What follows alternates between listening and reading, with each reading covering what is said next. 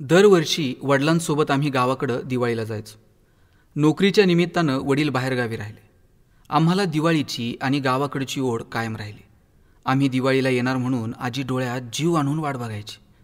दिवाळीला वाडा पोरासोरांनी भरलेला असायचा. मला 3 आत्या आणि 2 चुलते. सगळी पोरं दिवाळीच्या सुट्टीला गावी यायची. आजीला 3 मोठे दीर. दिवाळीला 50 माणसांचा जथ्था घरात असायचा. आजीचं माहेर तसं मोठं. आजीचं नाव सीताबाई. लहानपणापासून लाडात वाढलेली आजी लग्न करून इकडं आली आणि माणसांच्या गर्दीत राबत राबत कधी म्हातारी झाली कळलंच नाही.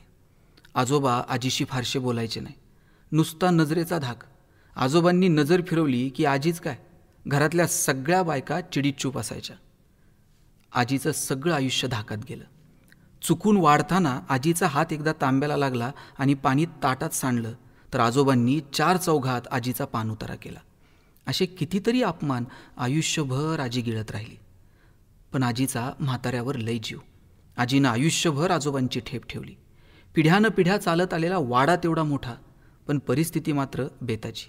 जुनी नऊवारी साडी, चोळीला मारलेली गाठण, कमरेला खोचलेली पिशवी आणि कपाळावरचं भलं मोठं कुंकू. कमरेच्या पिशवीत वर्षभर साठवलेले 100-200 रुपये, पण दिवाळीच्या सणाला ₹1-2 करत सगळ्या पोरांना वाटून टाकायची आजी.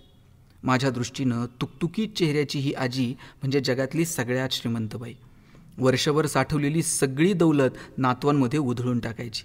वाड्याच्या समोर मोठा ओटा होता. सुट्टीला ओट्यावरती तळवट टाकायचा आणि आम्ही सगळे नातू आजीसोबत तिथेच झोपायचो.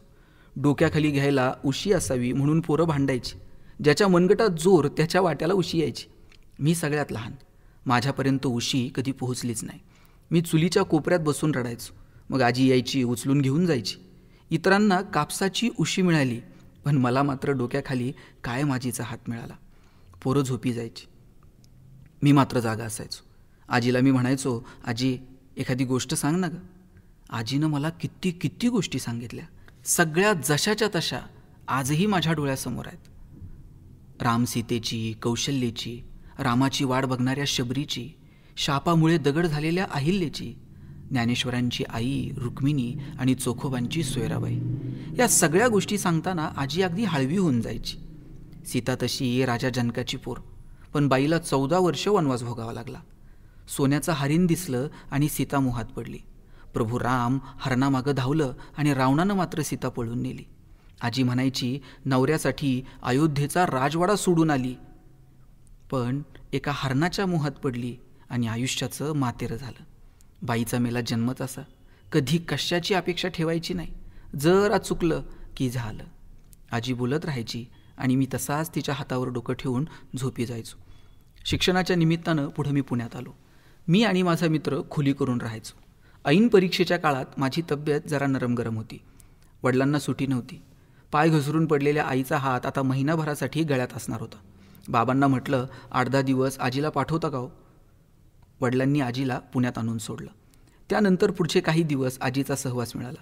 गोळ्या औषधं सुरूच होती, पण आजीच्या नुसत्या सोबत असल्यानं सुद्धा आता मला बरं वाटत होतं. एवढीशी खोली, पण आजीनं तिचं घर बनवलं.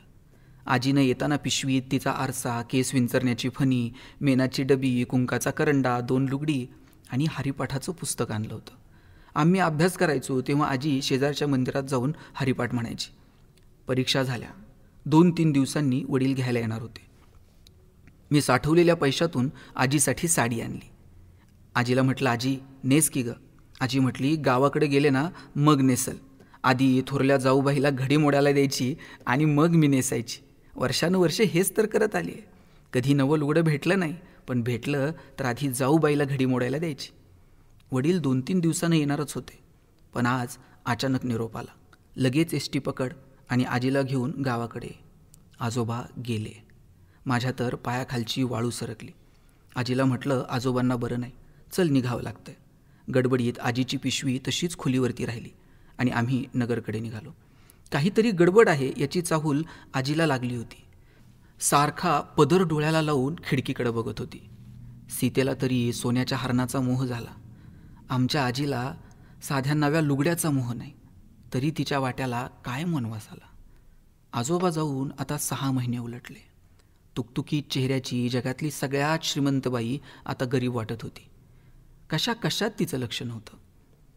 मित्र आणि मी आजीला गावाला भेटायला गेलो. 2 दिवस थांबलो आणि निघताना खोलीवर राहिलेली तिची पिशवी तिला परत केली.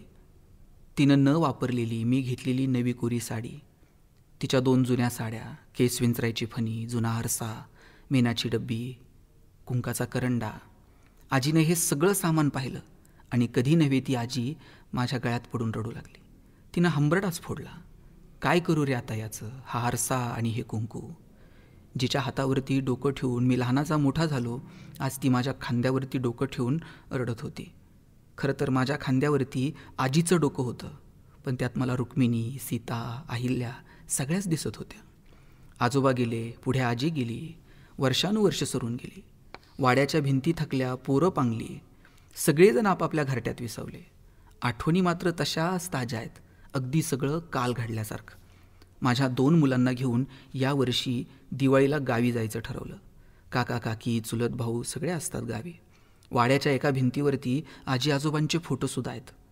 वाड्याच्या ओट्यावरती तळवट टाकून मुलांना घेऊन मी झोपलो होतो. कापसाच्या उशा खूप होत्या, पण त्यावर ठेवायला आता डोकी उरली नव्हती. माझ्या पोरीनं झोपताना माझ्या हातावरती डोकं ठेवलं आणि म्हटली, बाबा एखादी गोष्ट सांगशील? मी पण पाणावलेल्या डोळ्यांनी तिला गोष्ट सांगितली, आमच्या सीताबाईची.